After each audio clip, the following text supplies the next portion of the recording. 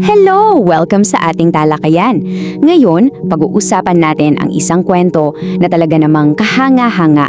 Isang kwento ng pananampalataya at higit sa lahat, sakripisyo. Ito po ang kwento ni Pedro Calungsod, isang kabataang Pilipino na ang tapang ay talagang bumaon sa kasaysayan. Halika, simulan na natin. Okay, so para magka-ideya tayo, isipin niyo muna to. 17th century sa mga isla ng Kabisayaan. Ibang-iba pa ang panahon noon, di ba?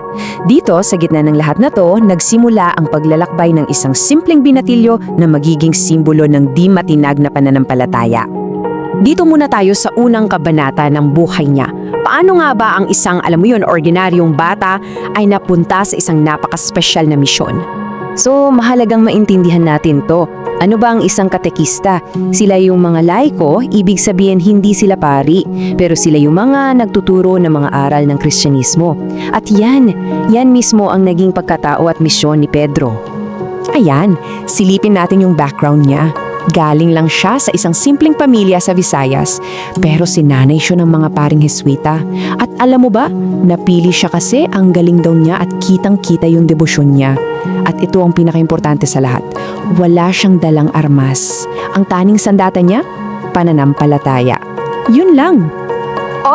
Dito na tayo sa susunod na yugto. Dito na magsisimula yung mapanganib na adventure. Mula sa Visayas, dadalhin tayo ng kwento sa isang misyon sa kabilang ibayon ng karagatan. At dito, masusubok talaga ang lahat ng pinaniniwalaan niya. Ang taon, 1668. Tandaan niyo yan.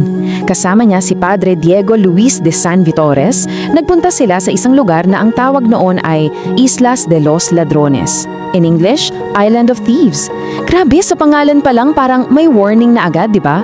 Ngayon, kilala na natin yan bilang Guam. Ito yung isang mabilis na buod ng buhay niya. Isipin nyo, isinilang siya around 1654. After 14 years, nagsimula na misyon niya, tapos after just 4 years, noong 1672, namatay siyang martyr. At inabot pa ng daan-daang taon bago siya kinilala bilang santo noong 2012. Napakaikli pero napakamakabuluhan ng buhay niya. At syempre, dito napapasok yung malaking pagsubok. Lahat ng kwento ng kabayanihan may ganito eh. At para kay Pedro, ang pagsubok na to ay dumating sa anyo ng isang simpleng kasinungalingan, isang lie. Grabe! Isang pangungusap lang, pero ito ang nagpasiklab ng lahat. Ikinalat to ng isang mangangalak na ang pangalan ay Choco. Sabi niya, yung banal na tubig daw na ginagamit sa binyag. May lason. Isang fake news na nagbago ng takbo ng lahat. So, heto yung nangyari. Sa isang panig, para sa mga misyonero, yung tubig ng binyag, sagrado yan, nagbibigay ng biyaya. Pero sa kabilang panig, dahil sa chismis ni Choco, naging simbolo to ng kamandag ng kamatayan. Dahil sa maling informasyon na to, nagalit yung mga katutubong Chamorro sa kanila. At ngayon, dito na tayo sa pinakakasukdulan ng kwento. Ang huling mga sandali ni Pedro. Dito, ang katapatan niya ay nasubok talaga hanggang sa kanyang huling hininga. Tandaan natin ang mga detalyeng ito ha. April 2, 1672. Sa isang nayon na tinatawag na Tumon. Dito, sa araw at lugar na to, magaganap ang trahedya at kasabay nito, ang kabayanihan. Ngayon, ilagay niyo yung sarili niyo sa sitwasyon nila. Kaharap nila si Matapang, yung pinuno ng nayon, naggalit na galit dahil sa narinig niyang kasinungalingan. Ano kaya ang gagawin ng isang binatilyo sa ganitong pagkakataon? At dito makikita ang kakaibang tapang niya. May kakayahan si Pedro na lumaban. Sinasabi na sanay daw siyang makipaglaban. Kayang-kaya niyang iligtas ang sarili niya. Pero hindi niya ginawa. Pinili niyang huwag gumamit ng dahas. At para mas maramdaman natin ang bigat nito, tingnan niyo ang edad niya. Nasa 17 to 20 years old lang siya. Ganoon kabata.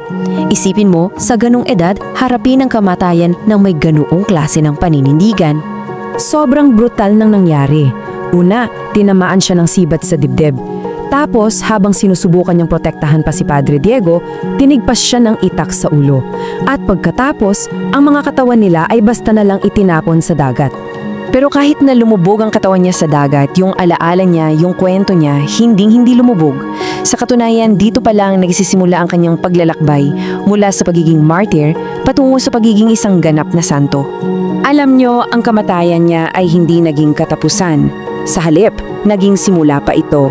Yung sakripisyo niya, naging parang binhi na mas lalong nagpalago at nagpalalim ng pananampalataya sa Guam at sa mga kalapit lugar.